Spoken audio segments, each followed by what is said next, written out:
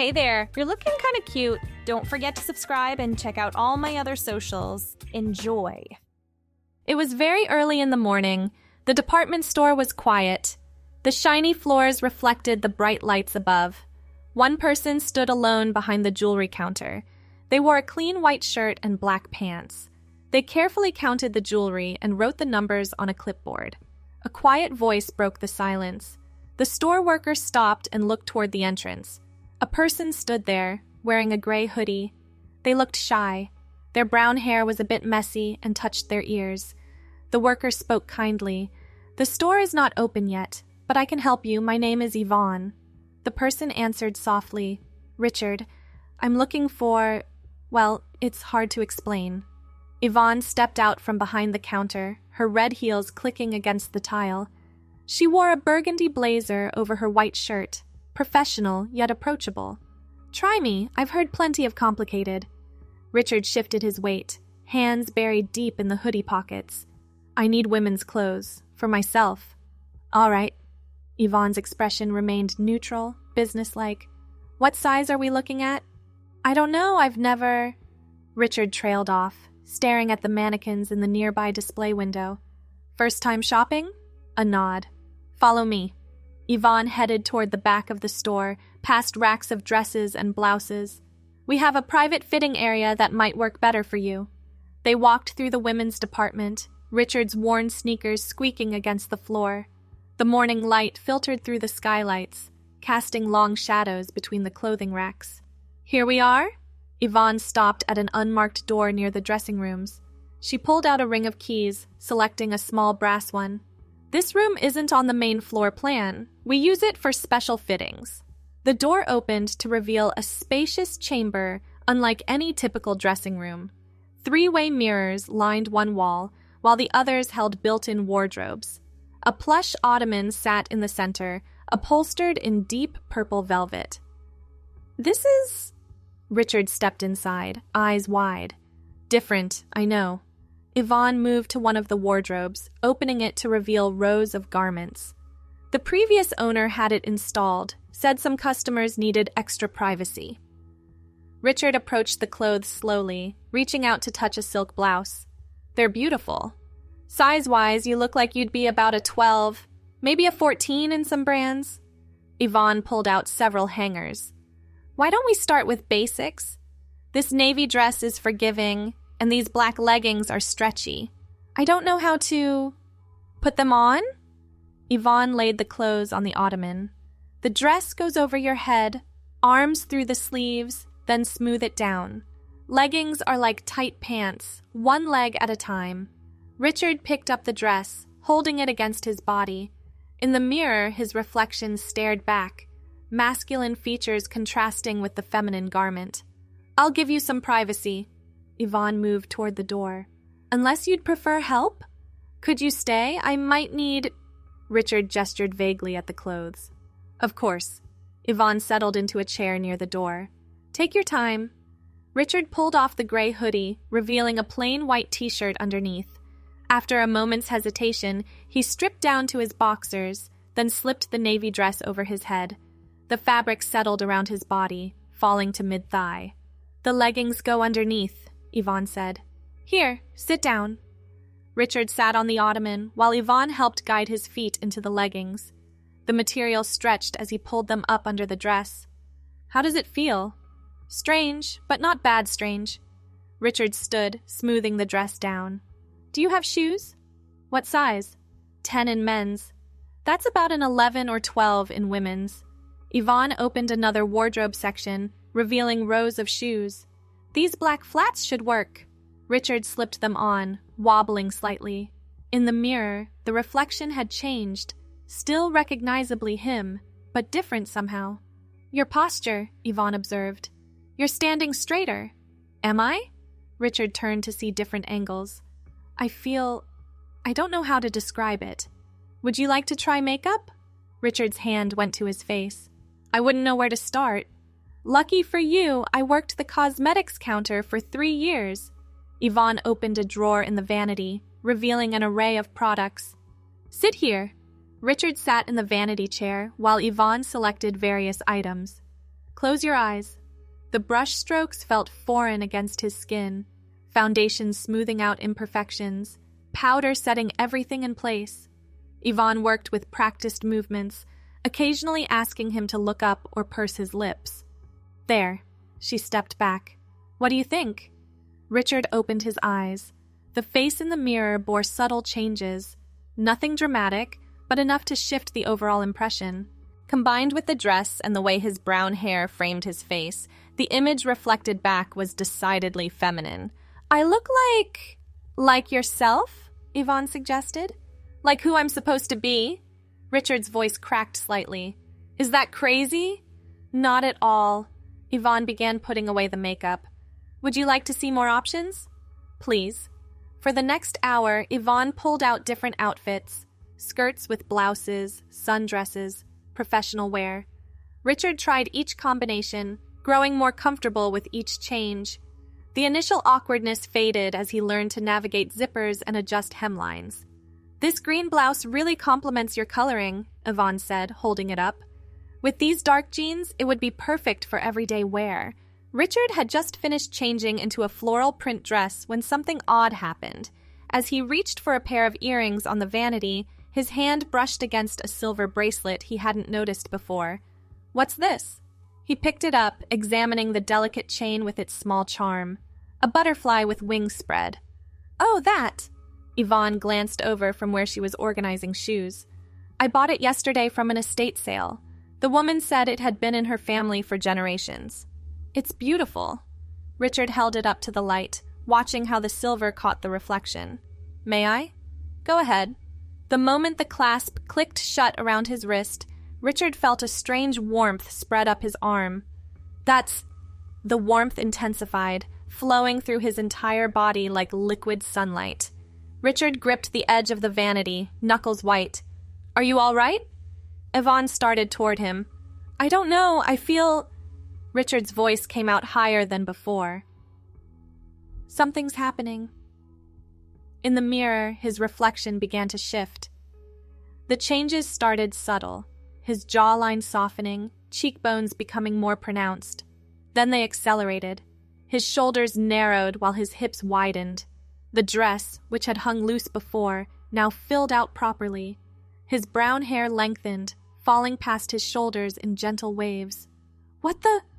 Yvonne stood frozen, watching the transformation unfold. Richard's hands flew to his throat as his Adam's apple disappeared. Every masculine angle smoothed into feminine curves.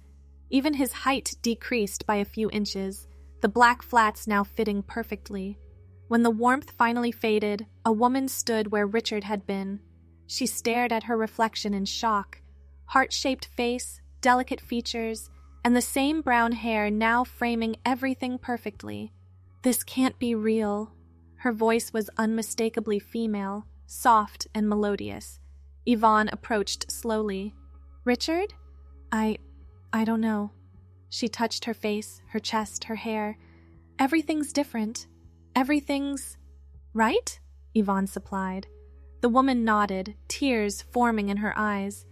This is what I always saw in my head. When I closed my eyes and imagined myself, this is who I pictured. The bracelet. Yvonne pointed to the silver chain. The woman at the estate sale said something about it granting heart's desires. I thought she was just trying to make a sale. You believe this is real? I'm looking at you. Unless we're both having the same hallucination, yes, it's real. Yvonne sat down heavily in the chair. What do we do now?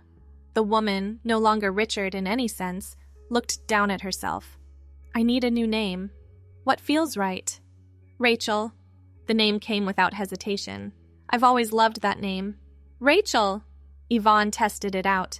It suits you. Rachel turned back to the mirror, studying every angle of her new form. The floral dress fit perfectly now, as if tailored specifically for her body. I can't go back to my apartment like this. My roommate won't recognize me. My ID won't match. My entire life. We'll figure it out. Yvonne stood, moving closer. But first, how do you feel? Physically, I mean. Any pain or discomfort? No, I feel amazing, actually. Like I've been wearing shoes 2 sizes too small my whole life and suddenly they fit. Rachel flexed her fingers, noticing how much more delicate they appeared. Even my hands are different. Your whole bone structure changed. That should be impossible. Magic bracelet, remember? Rachel held up her wrist, though I notice it won't come off now. Yvonne tried to unclasp it, but the mechanism seemed fused shut. You're right, it's like it's become part of you. I don't want it off anyway. Rachel touched the butterfly charm. This is who I'm supposed to be. I can feel it in every cell. Okay, practical matters.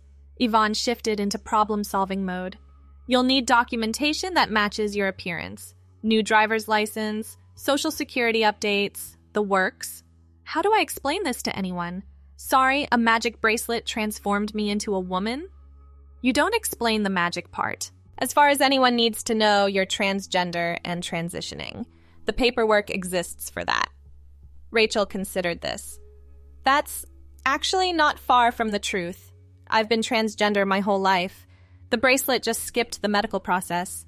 Exactly. Now let's talk wardrobe. You can't leave here in just one dress. I can't afford a whole new wardrobe. I worked at the bookstore down the street. Part-time. Yvonne glanced at her watch. The store opens in an hour. How would you feel about a job here? We're hiring for the women's department, and you've got a natural understanding of what our transgender customers might need. You'd do that for me? I'm department manager. I can make hiring decisions. Yvonne smiled. Plus, employee discount. 40% off. Rachel felt tears threatening again. Why are you being so kind? You don't even know me.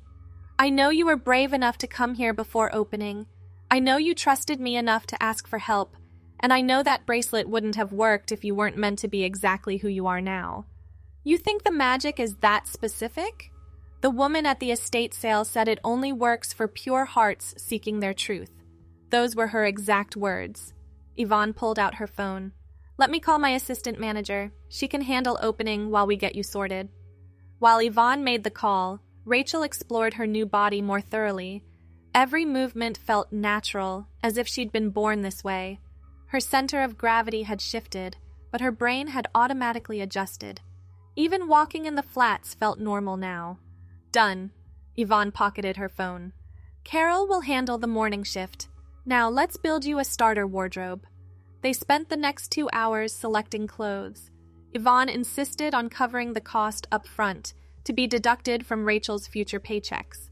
The pile grew, work-appropriate blouses and skirts, casual jeans and tops, underwear in the correct sizes, a few pairs of shoes. You'll need a purse, Yvonne said, adding a simple black bag to the collection. And we should do something about identification. Your current ID? Rachel retrieved her old wallet from the gray hoodie. The driver's license showed Richard's face, similar bone structure, but undeniably different. This is going to be complicated. My friend works at the DMV. She's helped other trans folks navigate the system. I'll give her a call later. You have a lot of conveniently helpful friends. What can I say? I network. Yvonne grinned. Speaking of which, where will you stay tonight? If your roommate won't recognize you. I hadn't thought that far ahead. I have a spare room, just until you figure things out. Rachel stared at her. You'd let a complete stranger stay in your home? You're not a stranger? You're my newest employee. Yvonne started folding clothes. Besides, something tells me that bracelet wouldn't have activated if you were dangerous. Magic jewelry as a character reference? Stranger things have happened, like, someone completely changing biological sex in front of my eyes. Rachel laughed, a sound that still surprised her with its higher pitch. Fair point. As they packed the clothes into shopping bags, Rachel noticed something odd. Yvonne kept touching her own wrist, right where a bracelet might sit, but nothing was there. You okay? Yeah, Yvonne frowned. This is going to sound weird, but I feel like I'm forgetting something, like there's a gap in my memory. When did it start? Right around when you put on the bracelet, actually. Yvonne rubbed her temples. I remember buying it at the estate sale, but the details are fuzzy, and I keep feeling like I should remember you from somewhere. Rachel felt a chill run down her spine. The woman at the sale, did she say anything else about the bracelet? Any warnings? She said... Yvonne's eyes went distant. She said it would help me find my true love. That's why I bought it. I've been single for 2 years and thought, why not? Even if it's just a placebo effect. But you gave it to me instead. I didn't even think about it. When you picked it up, it just felt right to let you have it. Yvonne shook her head. God, what if the magic is affecting me too? Maybe we should research this, find out more about the bracelet's history. After we get you settled. First things first, you need somewhere safe to sleep tonight. They loaded the bags into Yvonne's red sedan parked in the employee section. The morning had given way to afternoon, the parking lot filling with customers. Rachel ducked her head instinctively, not ready to face the world in her new form. No one's looking, Yvonne assured her. You look like any other woman leaving a department store. That's what's surreal. I do look like any other woman. Rachel buckled her seatbelt, noting how it sat differently across her chest. This morning I was terrified someone would clock me as a man in a dress. Now you're just you. The drive to Yvonne's apartment took 20 minutes through suburban streets. Rachel watched the familiar town pass by, everything the same, yet completely different through her new eyes. Even the car seat felt different against her changed body. Nice place, Rachel said, as they pulled up to a 2-story complex with yellow siding. It's home. Yvonne grabbed half the bags. Second floor, apartment 2B. The apartment was cozy, hardwood floors, plants in every window, artwork covering the walls. The spare room was small but clean, with a twin bed and empty dresser. Make yourself comfortable, Yvonne said. Bathrooms across the hall. I'll start some lunch while you unpack. Rachel hung her new clothes in the closet, organizing by color and type. The simple domesticity of the action grounded her. Whatever magic had transformed her body, these were real clothes in a real apartment. She had to deal with real life now.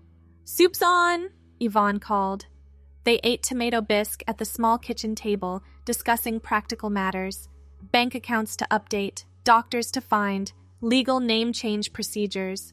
The list seemed endless. One step at a time, Yvonne reminded her. You don't have to fix everything today. Just my entire identity. Identity's more than paperwork. You're still you, just in the right body now. Rachel stirred her soup thoughtfully. I keep waiting to wake up, or for the magic to wear off. Does it feel temporary? No, it feels like this is how I always should have been. Rachel touched the bracelet again. But what if there's a catch? Magic usually comes with a price. Then we'll deal with it when it comes. Yvonne reached across the table, squeezing Rachel's hand. You're not alone in this. The contact sent an unexpected jolt through Rachel. Not magical, just connection. She looked at their joined hands, Yvonne's with burgundy nail polish, her own with clear coat from the makeover. Thank you for everything. Thank the bracelet. I just happened to be working this morning. No, you chose to help. You could have sent me away. Yvonne squeezed her hand once more before letting go. Something told me you needed to be there. Call it intuition. They spent the afternoon on Yvonne's laptop, researching legal procedures and filling out job application forms. Rachel's typing felt different with longer nails, but muscle memory adapted quickly. For employment history, put down your bookstore job, Yvonne advised. When they call for references, have them ask for me. I'll say you were a regular customer I got to know well.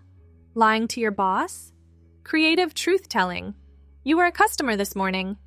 By evening, exhaustion hit Rachel like a wave. The emotional roller coaster combined with her physical transformation left her drained. Get some rest, Yvonne said, noticing her yawns. Tomorrow we'll tackle the DMV and Social Security office. Rachel stood, then impulsively hugged Yvonne. I don't know how to thank you enough. Just be yourself. That's thanks enough. Yvonne hugged back, her perfume a subtle vanilla scent. Sleep well. In the spare room, Rachel changed into borrowed pajamas, soft cotton shorts and a tank top. Her reflection in the mirror still startled her. The face was hers, but not, familiar yet foreign. She traced her cheekbones, her lips, the curve of her jaw. This is me now, she whispered to the reflection. Rachel. Sleep came easier than expected. No dreams disturbed her rest, just peaceful darkness. Morning arrived with sunlight streaming through thin curtains. Rachel woke disoriented, then remembered. Her hands flew to her face, her chest, confirming the transformation remained. "Still me?" she breathed in relief. A knock at the door. "Rachel, you awake?" "Just getting up. Coffee's ready when you are." Rachel dressed in jeans and the green blouse Yvonne had recommended. The morning routine felt surreal, brushing longer hair, applying basic makeup Yvonne had given her, choosing jewelry. Each action reinforced her new reality. "Morning," Yvonne greeted her with a steaming mug. "How'd you sleep?" "Better than I have in years." "Good, we've got a busy day ahead." Yvonne had already dressed for work in a black pencil skirt and cream blouse. "DMV opens at 8. If we get there early, we can beat the crowds." "You're taking another day off work for me?" "Personal day. I've got plenty saved up." Yvonne sipped her coffee. "Besides, Carol's been wanting extra hours." They arrived at the DMV right as it opened. The fluorescent lights and gray walls felt oppressive, but Yvonne's friend Monica greeted them warmly. "So you're Rachel," Monica said, glancing between the old ID and Rachel's face. "Yvonne explained your situation. We'll get you sorted out." The process took 3 hours. Forms, fees, new photo. Monica expedited where she could, marking the gender change as an error correction rather than a legal change. "Technically it requires court orders," she explained quietly. "But our system's been glitching lately. Sometimes the wrong gender just gets entered, you know?" Rachel clutched her temporary paper license like a lifeline. The photo showed her new face next to her new name, official documentation of her existence. Social Security proved trickier. Without court orders, they couldn't process a name change. But they updated her gender marker and noted her preferred name for correspondence. "It's a start," Yvonne said as they left. "Legal name change will come. This gets you enough to work and bank." "The bureaucracy of magic," Rachel muttered. "Better than no options at all." They grabbed lunch at a quiet cafe. Rachel noticed how differently servers and strangers treated her now. Doors held open, smiles that lingered. The male privilege she'd never noticed before revealed itself in its absence. "Weird, right?" Yvonne observed her reactions. "The little things that change. Everything's different. Even how I sit feels natural but alien at the same time. Your brain adapted with your body. Pretty thorough magic." "Speaking of which," Rachel lowered her voice, "your memory gaps, are they getting worse?" Yvonne frowned. "Actually, yes. This morning I woke up feeling like I'd forgotten something important, and I keep having flashes of something like déjà vu but sideways. Maybe we should research that estate sale, find out who owned the bracelet before." "Already tried. The sale was cash only, no records. The house is empty now." They finished lunch in thoughtful silence. Back at the apartment, Yvonne helped Rachel practice walking in heels. "Weight on the balls of your feet," she instructed. "Shorter strides, let your hips move naturally." Rachel wobbled across the living room in borrowed pumps. "How do you make this look easy?" "Years of practice. You'll get there." By the 4th pass, Rachel found her rhythm. The heels clicked confidently on the hardwood. "See? Natural woman." Yvonne smiled proudly. "Ready for your first day tomorrow?" "As ready as someone can be for their first day in a new body at a new job." "You'll be brilliant. I have a good feeling about this." That evening, while Yvonne cooked dinner, Rachel researched the butterfly symbol on her bracelet. Most results showed generic transformation symbolism, but one obscure folklore site mentioned something interesting. "Yvonne, come look at this." "What did you find?" Yvonne leaned over her shoulder, reading the screen. "The Butterfly of Souls, a medieval legend about lovers separated by circumstance. The butterfly charm would reunite them in new forms, allowing their love to flourish without societal barriers." "That's oddly specific." Rachel scrolled down. "It says the charm works in pairs. One transforms, the other remembers. But if both are meant to be together, the memories merge." "What does that mean?" "I don't know. But look at this illustration." The medieval drawing showed 2 women, one placing a bracelet on the other's wrist. "Remind you of anything?" Yvonne stared at the image. Something flickered in her eyes. Recognition? Fear? Why does that look familiar? Maybe because it happened yesterday? You helping me with the bracelet? No, it's more than that. Yvonne pressed her fingers to her temples. God, my head's spinning. Rachel stood quickly, steadying her. Sit down, I'll get you some water. I'm okay, just the memories are trying to surface, like they're behind frosted glass. Should we remove the bracelet? Try to reverse this? No. Yvonne's reaction was immediate and fierce. Don't even think about it. You're meant to be Rachel. I can feel that in my bones. How can you be so sure? Because... Yvonne's eyes went wide. Because I bought that bracelet for you, not for me. I went to that estate sale specifically looking for something to help you. That doesn't make sense. We'd never met before yesterday. Haven't we? Yvonne stood abruptly, pacing. Think about it.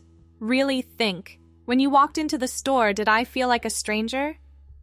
Rachel considered.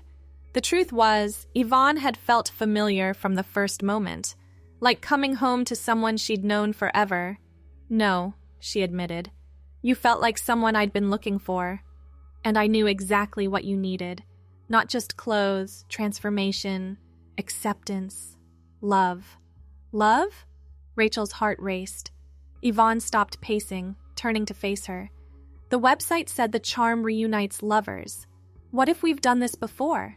Different lives, different forms, always finding each other? That's impossible. So is changing biological sex with a bracelet, but here we are. They stared at each other across the small living room. The air felt charged with possibility and recognition. I need some air, Rachel said suddenly. This is too much. I'll come with you. No, I need to think. Rachel grabbed a cardigan. I'll just walk around the block. Outside, the evening air cooled her flushed cheeks. She walked without direction, trying to process everything. The transformation was one thing. Magic she could see and touch. But past lives? Soulmates? That stretched credibility even further. Yet Yvonne's words rang true. The instant connection, the trust, the way Yvonne anticipated her needs. It felt deeper than mere kindness. Rachel found herself at a small park, sitting on a bench as the sun set. The bracelet caught the dying light, butterfly wings seeming to flutter. What did you do to us? She asked it softly. No answer came, but warmth pulsed through the charm. Comforting, reassuring, right. When she returned to the apartment, Yvonne was curled on the couch with a photo album. My grandmother's, she explained. I was looking for, I don't know, clues? Proof we're not crazy? Find anything? Maybe. Yvonne showed her a yellowed photograph. Two young women in 1940s clothing stood close together, hands clasped. One wore a familiar butterfly bracelet. My great-aunt Rose. Family said she never married, lived with her companion Margaret for 50 years. Rachel studied the photo. Something about their posture, the way they leaned into each other, spoke of deep intimacy. You think they were lovers? Almost certainly. And look. Yvonne flipped to another photo, this one from the 1960s. The same two women, older now, still wearing matching butterfly bracelets. Margaret has one too. So the magic brought them together? Or kept them together despite society saying they couldn't be? Yvonne closed the album. Maybe that's what it does. Transforms reality to match truth. And you think we're... I don't know what we are, but I know seeing you transform felt like watching you become who you were always meant to be. And I know having you here feels like fixing something that was broken. Rachel sat beside her on the couch, careful to maintain some distance. I feel it too, but how do we know it's real and not just magic manipulation? Does it matter? If magic brought us together but what we feel is genuine? I suppose not. Rachel touched the bracelet again. It won't come off anyway. We're committed to this path. Together? I'd like that. Rachel met Yvonne's eyes. Whatever this is between us, I'd like to explore it, slowly. I'm still adjusting to everything. Of course, no rush. Yvonne smiled softly. We have time. They prepared for bed with quiet domesticity. Rachel borrowed more pajamas. Yvonne set out towels for the morning. Normal roommate things tinged with awareness of something deeper. Good night, Rachel. Good night, Yvonne. In her room, Rachel lay awake thinking. 24 hours ago, she'd been Richard, closeted, miserable, going through empty motions. Now she was herself, truly herself, with possibilities stretching ahead like an open road. The bracelet pulsed warm against her wrist. A reminder, a promise, a gift. Morning came with her alarm at 6. First day of work, first day of her new life. Rachel dressed carefully in the burgundy blouse and black skirt Yvonne had selected as appropriate for retail. "You look perfect," Yvonne said over breakfast. "Professional, but approachable." "I'm nervous." "That's normal. Everyone's nervous their first day." Yvonne squeezed her shoulder. "You'll do great." They drove together, Yvonne reviewing store policies and register procedures. The parking lot was empty this early, giving Rachel time to compose herself. "Ready?" "As I'll ever be." Inside, Yvonne introduced her to the opening crew. If anyone found it strange that the new hire appeared overnight, they didn't mention it. Retail had high turnover, new faces were common. "Rachel will be training on register first," Yvonne announced. "Then we'll move her to floor sales." The morning passed in a blur of codes and procedures. Rachel's fingers fumbled at first with the register keys, but muscle memory developed quickly. Customers treated her like any other employee. No strange looks, no questions. "You're a natural," said Denise, the shift supervisor. "Customers love you." It was true. Rachel found herself easily chatting with shoppers, recommending sizes, suggesting accessories. The skills came naturally, as if she'd been doing this forever. "How's it going?" Yvonne checked in during a lull. "Good. Really good, actually." "Told you so." Yvonne's smile was proud. "Take your lunch at noon. Employee break rooms in the back." The break room was standard. Vending machines, uncomfortable chairs, motivational posters. Rachel bought a granola bar and settled at a corner table. "You're the new girl?" A blonde woman in a blue smock sat across from her. "I'm Katie, from cosmetics." "Rachel, nice to meet you." "Yvonne trained you? She's the best, really knows her stuff." Katie unwrapped her sandwich. "How long have you been in retail?" "This is actually my first position." "Not entirely a lie." "Well, you picked a good store. Management's decent. Customers aren't too awful." Katie chatted easily about store gossip, upcoming sales, which departments to avoid. Rachel relaxed into the normalcy of it. Just two coworkers eating lunch, nothing magical or impossible about it. The afternoon brought new challenges, difficult customers, register errors, a shipment that needed immediate processing. Rachel handled each with growing confidence. Her body might be new, but her work ethic remained. "Excellent first day," Yvonne said as they closed. "You handled Mrs. Patterson perfectly." "The woman who wanted to return year-old shoes?" "That's her. She comes in monthly with ridiculous demands. You were polite but firm." They counted registers and straightened displays. The routine felt comfortable, working alongside Yvonne with easy efficiency. "Dinner?" Yvonne asked as they clocked out. "We should celebrate your first day." "I'd like that." They went to a small Italian place, intimate lighting and checked tablecloths. Over pasta and wine, they talked about everything except magic and transformation. "Tell me about your family," Rachel requested. "Small, just me and my parents, really. They retired to Florida last year." Yvonne twirled linguine thoughtfully. "They always wondered why I never brought anyone home for holidays." "No relationships?" "A few, nothing that stuck. Always felt like I was waiting for something." She met Rachel's eyes. "Or someone. I know the feeling." "What about you? Richard's family?" Rachel winced. "Parents died in a car accident when I was 20. No siblings. I suppose that makes this easier. No one close to explain things to." "I'm sorry. That must have been hard." "It was. But I'm building a new family now." Rachel raised her wine glass. "To found families and fresh starts. To transformation and truth." Yvonne clinked glasses with her. Walking home, they linked arms against the cool evening breeze.